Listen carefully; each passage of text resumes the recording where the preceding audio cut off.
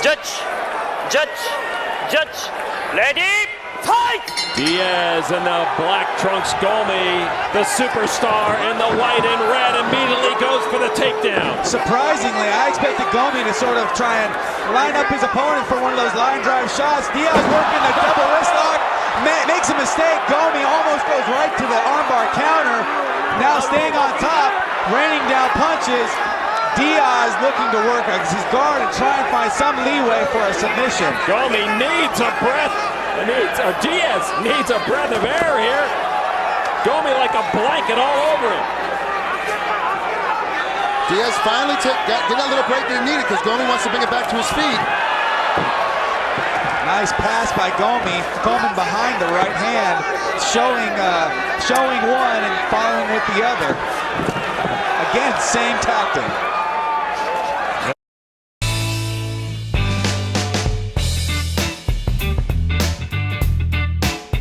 Experience the thrill of live poker on your phone. Download the app from pokerbazi.com. Need money urgently? The other. Again, same tactic. Well, Diaz did not expect this. He is in immediate hot water.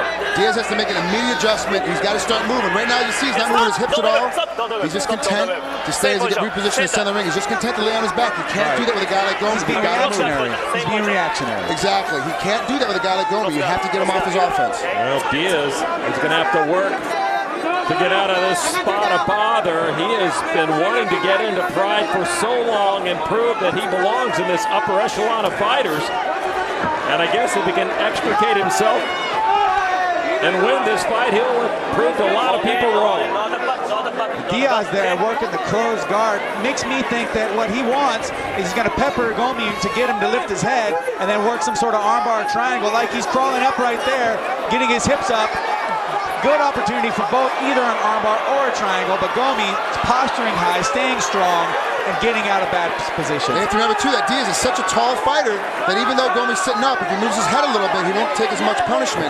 He's taller than I am at 160 than I am at 183. 5 inches difference. Diaz at 6'1", Gomi at 5'8", back on their feet. Gomi the southpaw. Let's see if Diaz is going to start staying outside the lead leg and throwing the straight head. Well, actually, no, my mistake. And by Diaz. Gomi continues on, but he's getting hurt. Shot by Gomi. He's got to survive. Diaz has got to survive here. He's got to tie him up and keep him getting stung some more. Gomi wins the battle on the feet, stuns Diaz, and now trying to finish off the Californian on the mat. Nice pass by Gomi, staying behind, not looking to put hooks in, just punish his opponent. You know, this is a good position for Gomi. He needs to capitalize on that because on the feet, while he did knock him down, Diaz is the much more accurate and controlled fighter.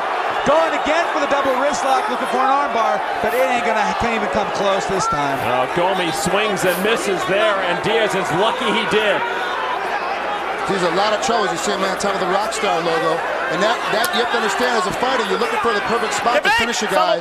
And right over there in that corner, as they restart him on the feet, right over in that corner, it's very tacky. It's a very sticky mat there, so it can keep Diaz from moving as much. Sure enough, Gomi needs to watch out for that distance, and Diaz being very nice and controlled, peppering and landing very accurate shots, trying to avoid the bombs. Gomi got definitely a power fighter. Bombs going both ways, Josh and Frank. Oh, good stepping by Nick. He was getting a little bit of trouble. He stepped in, now he's going to body lock and slow Gomi down a little bit. Diaz needs to break off of this attack. Look, it's just a complete slobber knocker out there. What an amazing first round. People expected it to be something special, and it is. Oh, Gomi, is he fading? Is he just playing possum against the ropes? Taking shots on the chin. Diaz putting him down there, wobbling him. Gomi's hands down by his side. Diaz punching at will.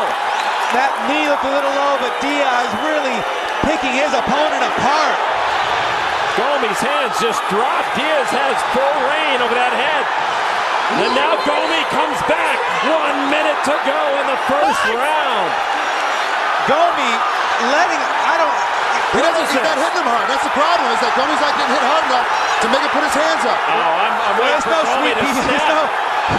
He's not as pretty as as Mayweather here, but if he can land that shot again and put Diaz down, he can get right back in this fight. Oh, nice hooks by Gomi. Uppercut by Diaz. They're just brushing each other. Where are Gomi's hands? Where is his defense? Hand on the rope, looking fatigued, taking more shots behind the ear. Diaz could step back and take a roundhouse kick to the head and be wide open there. Yeah, I agree. Diaz has a decent kicking game. He should look to that. Gomi looking just for that bomb from left field. Oh, just about 10 seconds to go. What is this Gomi's doing here? He's exhausted. Referee Noguchi looking in. Gomi's exhausted.